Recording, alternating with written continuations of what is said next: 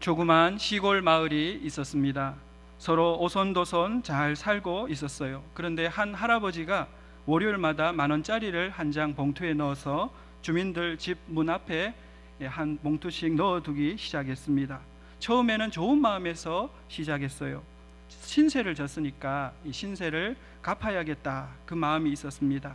처음 돈 봉투를 발견했을 때는 다들 어리둥절하기도 하고 또 감사하기도 하고 기뻤습니다.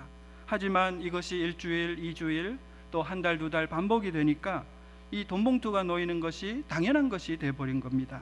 어느 날 더 이상 이 돈 봉투가 놓이지 않으니까 사람들이 할아버지를 찾아와서 항의하는 것입니다. 오늘은 왜 돈 봉투를 놓아두지 않았느냐고요. 사람은 누구나 이 받는 것을 좋아하고 또 받는 것을 당연하게 생각하는 경향이 있습니다. 웬만한 행사에 가보면 큰 경품이 꼭 있더라고요. 아파트 청약 현장에 가면 자동차, 또 TV 이런 경품은 기본입니다. 제가 아는 어떤 집사님은 아파트 청약을 하면서 그랜저를 받으셨어요. 그래서 이 경품이 거짓말은 아니구나, 이걸 처음 알게 됐습니다. 요즘은 메르스 때문에 좀 주춤하지만요, 중국인 관광객이 많이 올 때는 이 중국인 관광객을 모집하면서 인천에 그 17평짜리 아파트를 경품으로 내걸었더라고요. 그런 행사도 보았습니다. 사실 저도 그렇습니다. 가까운 마트에 가서 바나나나 치약을 사더라도 꼭 이 1+1, 이 1+1을 꼭 사게 되더라고요. 왠지 1+1을 사면 잘 산 것 같고 또 안 손해 본 것 같고, 근데 사실 따지고 보면 반드시 또 싼 것도 아니라고 그러더라고요. 사람들은 대부분 이 공짜를 좋아하고 또 받는 것을 좋아합니다. 그런데 예배에 대해서도 오해하는 그런 사람들이 있습니다. 우리가 예배를 통해서 하나님께로부터 어떤 것을 받아야지 예배를 잘 드린 것이다, 이렇게 생각하는 분들이 있습니다. 제가 한 번은 신방 예배를 드리는데 권사님이 그러시더라고요. 목사님, 오늘 예배 좀 세게 봐주세요. 제가 몸이 좀 아파요, 그러시더라고요. 저는 예배를 세게 보는 것은 어떻게 드리는 것인가 한참 고민했습니다. 아마 예배를 통해서 병 고침을 받고 싶으셨던 것 같아요. 물론 우리는 예배를 통해 많은 걸 받습니다. 은혜를 받고 말씀을 받고 또 생명을 받지요. 예배 드리고 나서 우리가 병이 나을 수도 있어요. 그러나 예배의 핵심, 예배의 본질은 받는 것이 아니거든요. 그러면 예배의 핵심은 무엇일까요? 예배의 핵심은 드리는 것입니다. 예배란 나의 마음을 드리고 나의 물질을 드리고 나의 시간을 드리고 내 모든 것을 하나님께 드리는 것입니다. 예배의 핵심은 드리는 것입니다. 그래서 예배를 잘 드리는 사람은 받고 싶어 하는 사람이 아니고요, 어떻게 하면 드릴까, 하나님께 무엇을 드릴까 고민하고 또 드리고 싶어 가지고 어쩔 줄 몰라 하는 사람, 그 사람이 예배를 잘 드리는 사람이라고 할 수 있겠습니다. 그런데 우리가 예배를 받는 것으로 오해하게 되면요, 몇 가지 문제가 생기게 됩니다. 우리가 예배를 받는 것으로 자꾸 생각하면 자기중심적이 돼요. 여러분, 우리가 성숙한 그리스도인이 된다는 것은 어떻게 되는 것을 말할까요? 성숙한 그리스도인이 된다는 것은 얼마나 자기중심성을 벗어나느냐, 자기라는 그 울타리를 벗어나느냐에 달려 있습니다. 우리가 자기중심성을 극복하고 하나님의 마음을 헤아리고 또 하나님 중심적이 되는 것이 성숙한 그리스도인이 되는 것이거든요.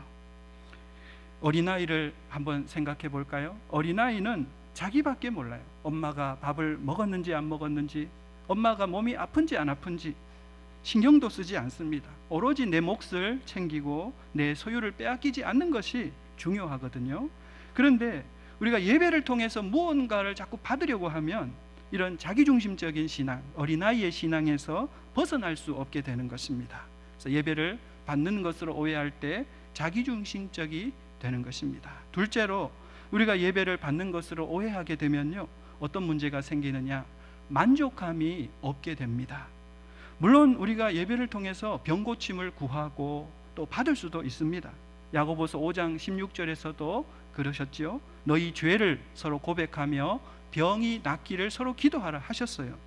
그런데 병 고침을 목적으로 삼느냐, 이건 다른 문제입니다. 우리가 병 고침을 목적으로 삼으면 병 고침 받고 나서 마음이 공허해지더라고요. 또 예배를 통해 물질을 구하고 물질을 받을 수 있습니다. 그런데 물질이 목적이 되면 결국은 하나님을 떠나게 되더라고요.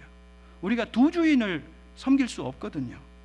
예배의 본질은 움켜쥐고 쟁취하는 것이 아닙니다. 오히려 예배는 내가 움켜쥐고 있던 것을 다 놓아버리고 하나님 한 분을 만족하고 기뻐하는 것입니다. 느헤미야가 이스라엘 백성들에게 이렇게 선포했습니다. 여호와를 기뻐하는 것이 너희의 힘이다. 여호와를 기뻐하는 것이 너희의 힘이고 돈이 힘이 아니고 병고침이 힘이 아니다. 여러분, 예배는 무엇을 받는 것이 아닙니다. 받으려는 예배에는 만족함이 없어요. 셋째로, 예배를 받는 것으로 오해할 때 어떤 문제가 생기느냐, 예배가 수단으로 전락하게 됩니다. 예배가 수단이 된다는 것은 무슨 의미가 있을까요? 예배가 어떤 목적을 이루기 위한 도구가 되는 것입니다. 예를 들어서 어떤 분은 마음이 시원해지기 위해서 예배 드린다고 하시더라고요. 그럴 수 있죠. 또 어떤 분은 불면증이 있으세요.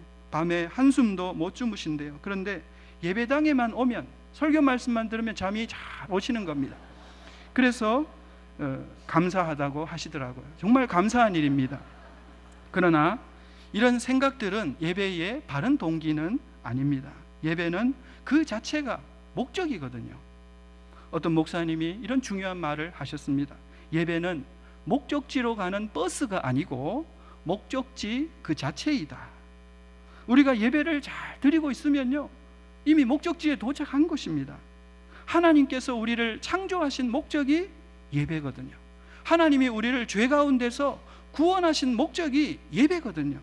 우리가 예배를 진실로 드리고 있다면 우리 삶의 최종 목적지에 도착한 것입니다. 사랑하는 여러분, 예배의 핵심이 여기에 있습니다. 예배의 본질이 여기에 있어요. 예배는 받는 것이 아니라 드리는 것이라는 사실입니다. 이런 얘기를 제가 들어본 적이 있습니다. 어떤 초등학생이 엄마에게 청구서를 하나 써가지고 식탁에 올려놨어요. 신발 정리한 값 500원, 책상 정리한 값 500원, 구두 닦은 값 500원, 받아쓰기 100점 맞은 값 500원, 합해서 2,000원. 엄마 내일까지 꼭 갚으세요. 이렇게 적어놨습니다. 그러니까 엄마가 기가 막히잖아요. 그래서 아이에게 이렇게 답장을 썼다 그럽니다. 아들아, 너를 뱃속에 넣고 10달 동안 고생한 값 얼마지? 그동안 먹여주고 입혀주고 재워주고 얼마인지 아느냐? 내가 공차다가 옆집 자동차 찌그러뜨려 가지고 물어준 값이 얼마인지 아느냐? 그러고는 맨 아래에 이렇게 썼다 그럽니다. 너무 비싸기 때문에 다 공짜다. 엄마는 너를 사랑한단다. 이렇게 답장을 썼다고 합니다. 여러분은 예배하러 나오실 때 혹시 이 초등학생 같은 마음을 갖고 계시지는 않습니까? 하나님, 오늘 제가 많이 바쁘거든요. 예식장도 가야 하고 거래처도 가야 하고 많이 바쁜데 특별히 제가 하나님을 생각해서 오늘 예배 드리러 나왔습니다. 제게 무슨 복을 주시겠습니까? 저는 다른 분들보다 일찍 나와서 찬양 연습도 하고 봉사도 하고 많이 하루 종일 지나는데 나에게 무슨 복을 주시겠습니까? 나는 감사헌금도 드리고 11조도 드리는데 하나님 제게 무슨 복을 주시겠습니까? 혹시 이런 마음을 갖고 계시지는 않습니까?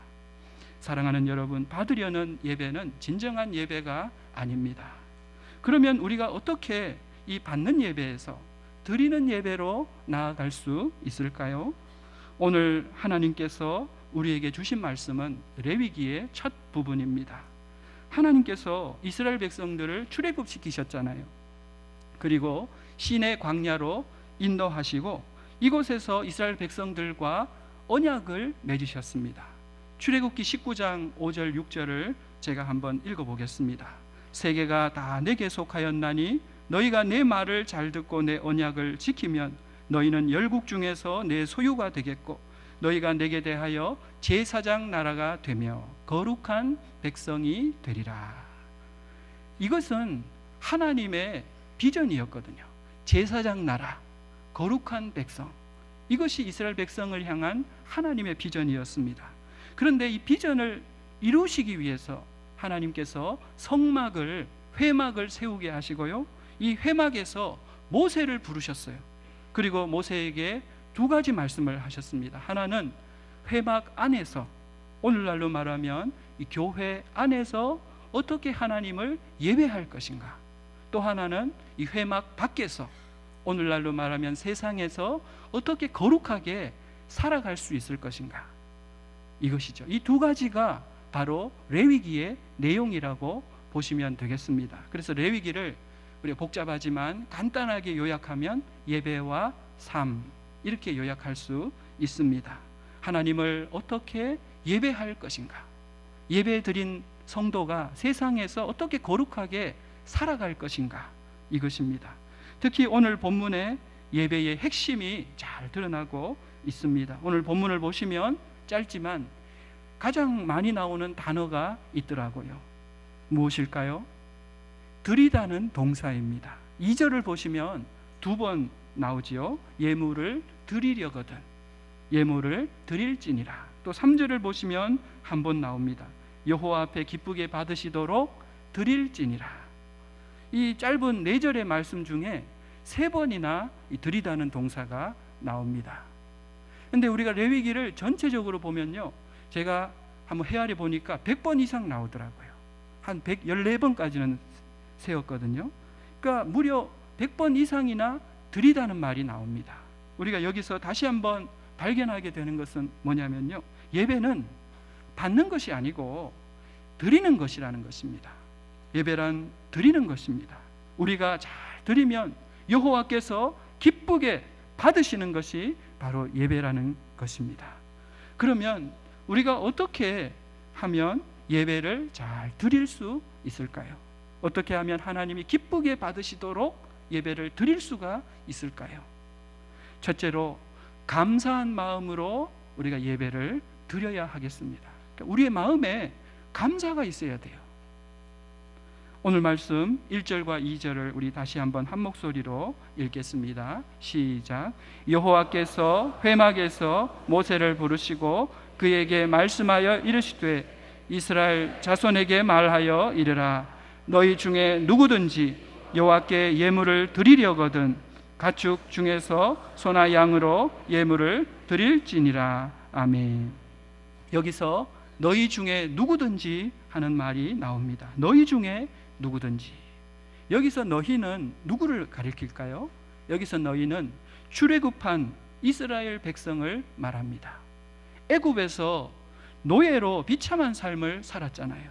그런데 하나님께서 모세를 구원자로 보내시고 10가지 재앙을 내리시고 하나님께서 강권적으로 구원시키신 백성들입니다. 또 그때 애굽의 군대가 말과 병거를 이끌고 이스라엘 백성들을 뒤쫓아왔어요.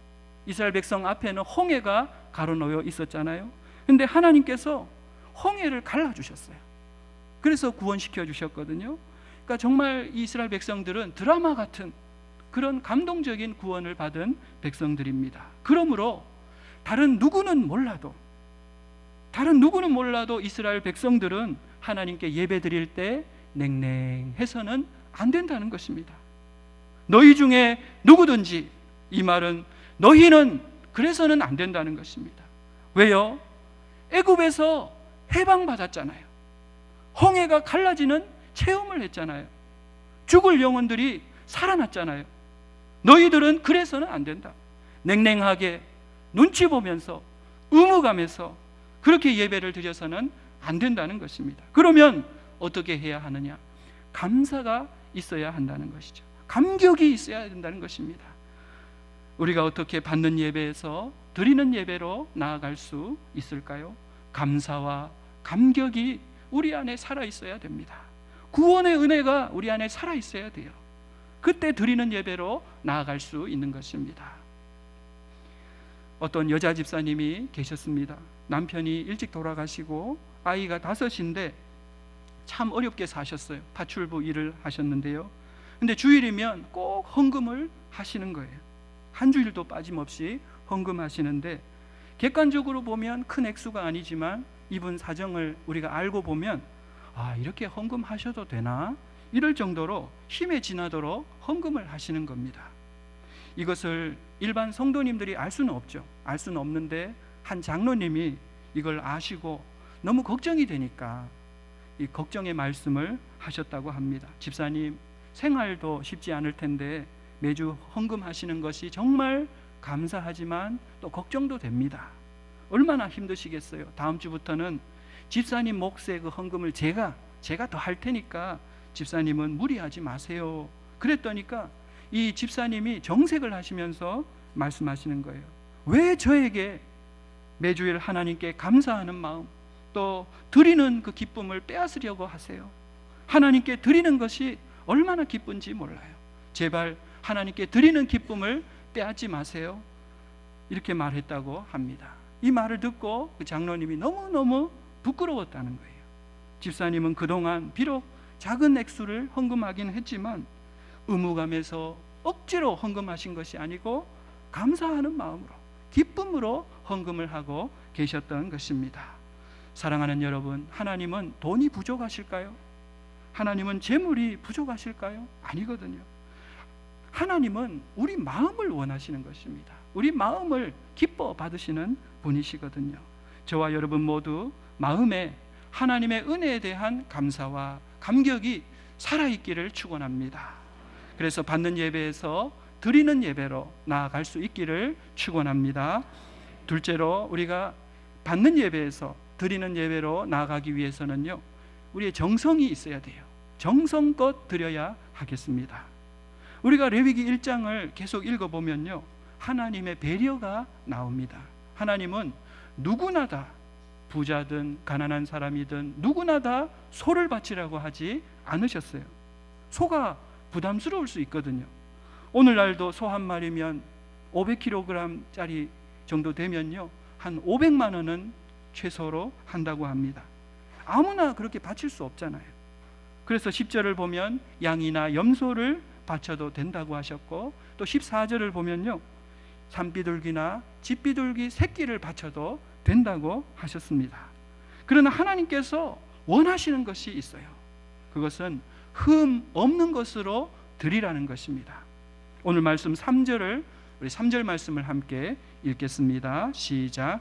그 예물이 소의 번제이면 흠 없는 수컷으로 회막문에서 여호와 앞에 기쁘게 받으시도록 드릴지니라. 아멘. 흠 없는 수컷으로 드리라고 하십니다. 흠 없는 것은 신체적으로 아무 하자도 없고 또 온전한 것을 말하거든요. 그런데 여러분, 흠 없는 것을 찾는 것이 쉬운 일일까요? 쉽지 않습니다. 저도 자식을 키우지만요, 흠 없이 자식을 키우는 일이 정말 쉽지 않더라고요. 자주 상처가 나고 깨지고 피가 나고 그렇습니다. 하물며 사람도 그런데 온전한 짐승을 찾는 것이 쉽지 않겠지요. 그러니까 예물을 드리는 사람은 어떻게 해야 하느냐? 수고해야 하는 것입니다. 흠없는 것을 찾아다녀야 돼요. 그냥 쉽게 눈에 띄는 거 아무 소나 그냥 끌고 오는 것이 아니고요, 재물을 고르기 위해서 정성을 바쳐야 하는 것입니다. 저는 모태신앙으로 자라나서 어머니 영향을 많이 받았습니다. 어머니가요, 새 옷이나 새 신발을 사면 꼭 주일에 먼저 입게 하셨어요. 매주는 아니지만 이발을 해도 꼭 토요일 날, 그것도 저녁에 주일 전에 준비하라고 하게 하시고, 목욕도 꼭 그렇게 하게 하시고, 또 헌금도 꼭 미리 준비하게 하셨습니다. 사실 지금 생각해 보면 하나님 앞에 새 옷이나 헌 옷이나 무슨 차이가 있겠어요? 다 더럽거든요. 흠 없는 것이나 흠 있는 것이나 하나님 앞에 무슨 차이가 있겠습니까? 이 세상에 완벽한 것은 없잖아요. 그렇지만 하나님이 이렇게 요구하시는 것은 우리의 정성을 보시는 것이죠. 흠 없는 것을 고르는 정성, 하나님께 최고의 것을 드리려는 그 정성, 그것을 하나님이 기뻐 받으시는 것입니다. 한평생 절에 다니다가 예수님을 믿게 되신 한 할머니가 계셨습니다. 예수 믿기 전에도 유별나게 불심이 있으셔서 새벽 불공 전에 꼭 이 목욕 재개를 하셨다 그래요. 근데 이분이 새벽 기도를 나가시게 됐는데 새벽기도 나가시면서 꼭 목욕 재개를 하시는 겁니다. 이 보통 일이 아니잖아요. 교회 일찍 일어나서 오는 것도 쉬운 일이 아닌데 목욕 재개까지 하려면 정말 힘든 일입니다. 그래서 목사님이 할머니 꼭 그렇게 안 하셔도 됩니다. 안 하셔도 됩니다. 몇 번을 그렇게 말씀드려도 막무가내신 거예요. 그러면서 이분이 하시는 말씀이 내가 돌로 만든 부처 앞에 헛된 불공을 드릴 때도 내가 목욕 재개를 했는데 살아계신 하나님 앞에 내가 예배를 드리러 나가면서 어떻게 내가 그냥 갈 수 있느냐 그러시더라는 거예요. 그분이 지금은 권사님이 되셨는데 교인들이 한결같이 말씀하시는 것이 그렇습니다. 권사님의 예배는 하나님께서 특별하게 받으시는 것 같아요. 권사님하고 예배를 드리면 예배가 달라요. 그런다는 것입니다. 사랑하는 여러분, 하나님께서 우리에게 정말 원하시는 것이 무엇일까요? 더 많은 돈을 원하실까요? 더 큰 헌물을 원하실까요? 꼭 목욕 재개하기를 원하실까요? 아닙니다. 하나님께서 우리에게 정말 원하시는 것은 정성이죠. 정성. 하나님을 향한 마음을 하나님은 원하시는 것입니다. 예물이 소냐, 양이냐, 비둘기냐 이것은 둘째 문제입니다. 하나님도 우리 형편을 아시거든요. 그러나 각자의 형편에서 하나님 앞에 양심을 가지고 최선을 다하는 그런 정성을 우리에게 원하시는 것입니다. 흠 없는 것을 고르는 찾아다니는 그 정성을 우리에게 받기를 원하시는 것입니다. 우리가 어떻게 받는 예배에서 드리는 예배로 나아갈 수 있을까요? 하나님을 향한 정성이 우리에게 있어야 합니다. 왜 그럴까요? 왜 우리가 하나님께 정성을 드려야 할까요? 그것은 하나님께서요. 우리가 하나님을 생각하면 하나님께서 이미 우리에게 그런 정성을 쏟으셨어요. 하나님께서 나를 위해서 독생자 예수님을 십자가에 내어주시기까지 모든 정성을 쏟으신 거예요. 그 사랑에 우리가 응답하는 정성을 하나님께서 원하시는 것입니다. 사랑하는 여러분, 하나님을 향해 모두 다 정성을 들이심으로 받는 예배가 아니라 드리는 예배로 나아가실 수 있기를 간절히 축원합니다. 세 번째로 우리가 받는 예배에서 드린 예배로 나아가기 위해서는 나를 드려야 되겠습니다. 나 자신을 하나님께 드려야 하겠습니다. 우리 4절을 우리 함께 읽겠습니다. 시작. 그는 번제물의 머리에 안수할지니 그를 위하여 기쁘게 받으심이 되어 그를 위하여 속죄가 될 것이라. 아멘. 여기에 보니까요 안수가 나옵니다. 안수라는 독특한 방법이 나오는데 이 안수라는 것은 단순히 그 예물의 머리에다 손을 얹는 것은 아니라고 그래요. 어떻게 하느냐? 손으로 그 예물의 머리를 두 손으로 강하게 누르는 것입니다. 근데 이렇게 하는 데는 두 가지 의미가 있다고 합니다. 첫째는 연합입니다. 연합. 예물을 드리는 자가 안수를 통해서 그 예물과 하나 되는 거예요. 예물을 드리지만 결국은 누구를 드리는 것일까요? 나를 드리는 것입니다. 둘째는요, 죄를 전가시키는 것입니다. 안수를 통해서 그 사람의 모든 죄와 허물과 연약함을 이 예물에다가 다 쏟아붓는 것이죠. 결국 하나님께서 우리에게 원하시는 것은 소가 아닌 거예요. 양도 아니고 비둘기도 아니고 예물이 아닌 것이에요. 하나님께서 원하시는 것은 그 예물을 가지고 온 사람, 그를 원하시는 것입니다. 다시 말해서 하나님의 관심은 나에게 있는 것입니다. 소냐, 양이냐, 비둘기냐 이걸 따지는 게 아니라 내가 연합되어 있느냐, 이게 중요한 것이죠. 그러므로 내가 예배에서 나를 분리시키면 안 됩니다. 내가 찬양을 아무리 한다고 해도요, 그 찬양과 내가 분리되면 안 되고, 내가 아무리 큰 액수의 헌금을 드린다고 해도 그 헌금과 내가 분리되면 안 되는 것입니다.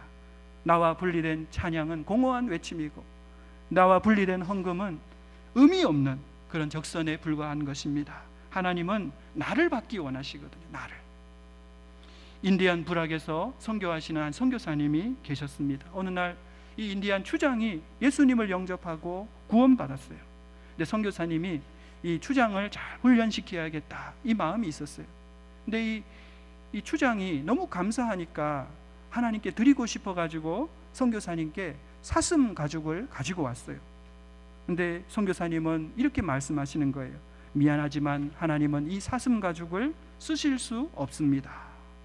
이 인디안 주장은 이 말을 듣고 실망하여서 돌아갔지만 얼마 후에 또 하얀 백말을, 흰 말을 가지고 왔어요.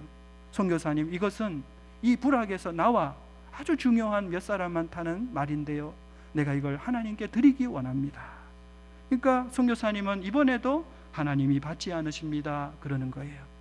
그래서 주장은 고민하더니 이 뼈로 만든 머리 장식을 가지고 왔어요. 이 주장의 상징이거든요. 그러면서 하는 말이, 나의 주장으로서의 권위와 명예를 다 하나님께 바치기 원합니다.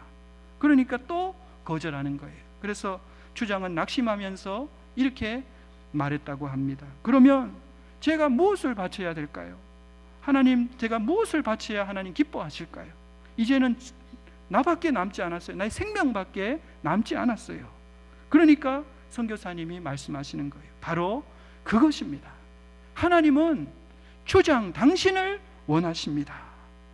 그렇게 말했다고 합니다. 하나님은 나를 원하시는 분이십니다. 나의 찬양 가운데 나를 받기 원하시고, 나의 헌금 가운데 나를 받기 원하시는 분이십니다. 내가 빠진 찬양과 헌금과 기도는 아무 의미가 없는 것입니다. 사랑하는 여러분, 여러분은 이 시간에도 예배를 드리고 계신데 정말 하나님께 예배를 드리고 계십니까? 받는 예배가 아니라 드리는 예배로 나아가고 계십니까? 우리가 드리는 예배로 나아가기 위해서는 하나님의 은혜, 그 하나님의 구원의 놀라운 은혜에 대한 감사와 감격이 우리 안에 살아 있어야 되겠습니다. 또 우리가 흠없는 것을 고르는 정성, 하나님이 보여주신 그 사랑에 응답하려는 정성이 우리 안에 있어야 되겠습니다. 또 나와 예배를 분리시키지 말고 찬양과 헌금과 기도를 통해서 나 자신을 하나님께 드려야 하겠습니다. 저와 여러분 모두 받는 예배가 아니라 드리는 예배를 통해서 하나님께서 기뻐 받으시는 그런 예배자로 하나님께 인정받을 수 있기를 간절히 축원합니다.